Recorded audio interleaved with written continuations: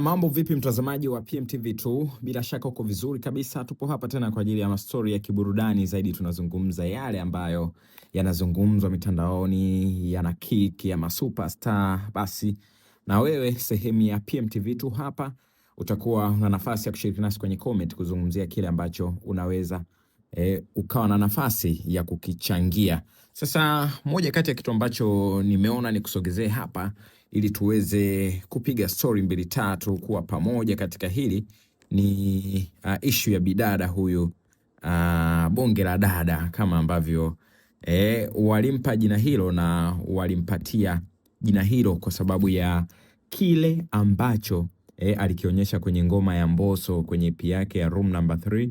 Anaachia ile ngoma moja kati ya siku ya event ile, kitu kilicho trend zaidi ni bonge la dada huyu mwanadada alipopanda jukwani pale kucheza. Kuanzia hapo huenda ile siku ilibadilisha kila kitu kwake, kutoka hatua fulani kwenda hatua fulani.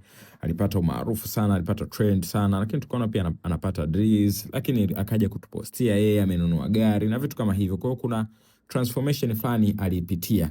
Sasa asubuhi ya leo pia amechapisha video hapo akidance zake hapo kama unavyoiona hiyo hapo. Sasa kuna comments zikawa nyingi, wengine wakimsifu, wengine wanamwambia chibonge. Hiyo ndio ikawa comment kubwa kwamba amenenepa. Kumbuka hizi story kwa madansa, kwa wasanii zipo sana pale mashabiki wanapoona kuna mabadiliko fulani basi wanawashambulia sana.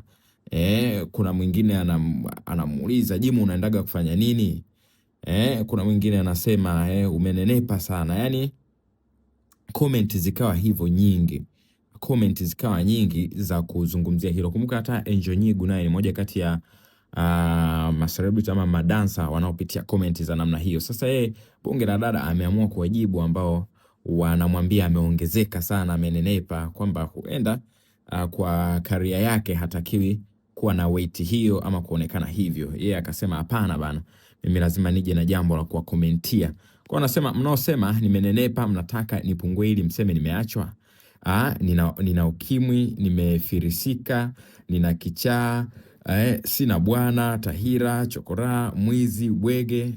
Yani anawauliza kwamba wale wanaosema ama wanaotaka apungue, hao ndo wataanza kutupa maneno hayo. Sasa hiki kitu unaweza ukakichukulia kidogo, lakini kwa celebrity wengi kama huna ile courage ya kuhandle comment za watu, unaweza ukawa unachukulia vitu personal sana. Mwisho wa siku unaumia kwa sababu mashabiki wao wanataka tu vile ambavyo wanajisikia wao ndicho wakione kwako. Sasa unakuta mtu ana followers 500,000, kila mtu akitoa comment yake kuhusu wewe, maana yake kila mtu atataka ufanye vile anavyotaka yeye. Mwisho wa siku utakuwa unajichanganya kama ukiyachukulia mambo kwa uzito na ukiyachukulia serious sana. Sasa bonge la dada amewajibu kama utani, lakini huenda ni moja kati ya njia bora sana ya kuondoa kile ambacho kinaweza kikakuathiri, ambapo utaanza kuwa stressed kwa sababu watu wanakusema hivi ama wanakubali katika